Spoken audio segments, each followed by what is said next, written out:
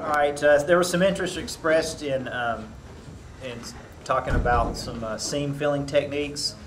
This is a basic skill that I think applies to any genre, especially aircraft, which is what I do. I know that's basically the first thing we look for when we're judging aircraft. If we see seams that aren't supposed to be there, that's obviously a big issue with the build. So the first thing that I try to do is avoid the seam or gap at all costs. And with the newer kits, that's easier to do. I'm building a Revell F101, which is an older kit, and you know, the technology on those molds aren't so great. So I'm fighting a lot of seams. But to avoid the problem, I'll go with a Tamiya extra thin cement. It seems like it's really easy to apply. It melts the styrene a little bit, where you can get a pretty good bond and avoid the seam. But if you can't avoid it, I've got several methods that I use, and I think there's probably 20 methods out there that I don't even know about. So I'll just kind of go through what I do. When I first started, this was what everybody was using, the Squadron Green Putty. And I've heard of a method of mixing Squadron Green Putty with lacquer thinner to make it a little thinner and more workable. It's kind of firm when it comes out of the tube. It's not really workable. So I experimented with that method, and it did thin, and I was able to apply it. But when it dries, it really looks like it did before it was thinned. It really didn't have an appreciable a difference there. So you know, it'll work and it'll sand down, but my experience over the years has shown me that this stuff, it'll kind of crack, and it'll have there'll be a surface that you can see. I can't really get it totally smooth the way you'd like to see it on the surface of an aircraft. So I went searching for another method, and I found this Bondo glazing and spot putty at Walmart. I'm sure you can get it at an auto parts store. Yeah, but they sell big tubes. Yeah, well, you know, and this is probably 10 years old, and I've used maybe a quarter of it. So, but this stuff is much more workable. It's not as thick and firm as the Squadron putty, and I like to use strip styrene to apply it. You know, I don't know if you can even see that. It's pretty thin, but I can just dip it in the putty, and it's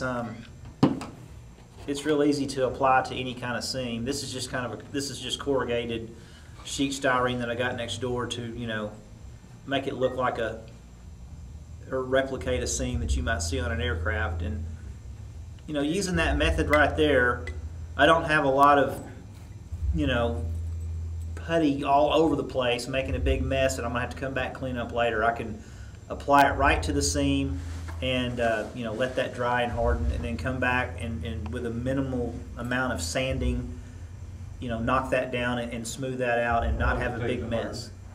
This stuff dries quicker than the Squadron. It takes about 15 to 20 minutes. Yeah. I usually, you know, I'll go away for an hour and come back, and you know, I'll sand it with, you know, a 400, 600 grit sandpaper. I'll start with a 400 to knock it down, and then come back with the finer grit to you know, smooth that out and make it look you know, good on the surface of an aircraft, which is the majority of things that I build. So the Bondo method works really good. Other methods, using the strip styrene itself. You can see this black here. I know this is really small, but I'll use the Tamiya thin, and then I'll cut off a piece of the styrene, and obviously this works best on a straight seam, which, you know, you have that a lot on aircraft.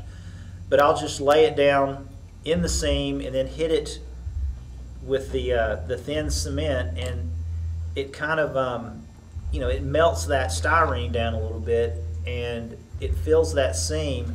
And this stuff sands really easy. It's really soft. So when you come back and sand this styrene strip, it makes a really nice you know, join there to where you don't have that seam anymore. Like I said, that works best on straight lines. If you have some I don't know how many curved seams you see in your building, probably not many, so that method works really well for me as well. Some other methods, super glue. I've used this in the past, and I don't know, this is kind of like a last ditch effort for me. If it's just a bare of a seam and it's fairly wide, I'll go with the super glue. And the only issue I have with it is this stuff dries so hard that it's hard to come back and knock it down with you know, with sandpaper and not really create damage around or outside of where that super glue is. So that's kind of my, you know, my last ditch effort if I'm really in trouble. Something I've also used in the past, if you have like a real thin, like hairline type seam, which I'll see that on aircraft a lot, especially like at where a wing would join the fuselage of a World War II kit, for example. I'll just use Elmer's glue. I'll just lay it down with a you know, a toothpick in the seam, and then just, you know, wet my pinky and just hit it and let it dry, and it will shrink. But if you come back 2 or 3 times, it'll build on itself and it'll fill that seam real nicely. And the beauty of that method is there's no sanding, so I don't have to worry about doing any more damage to the surface of the plastic if I use the Elmer's glue method. So those are the methods I've used. Like I said, I'm sure there's a ton of other methods out there.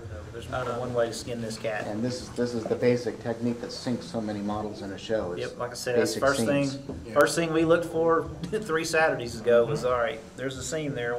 That's not supposed to be there. So.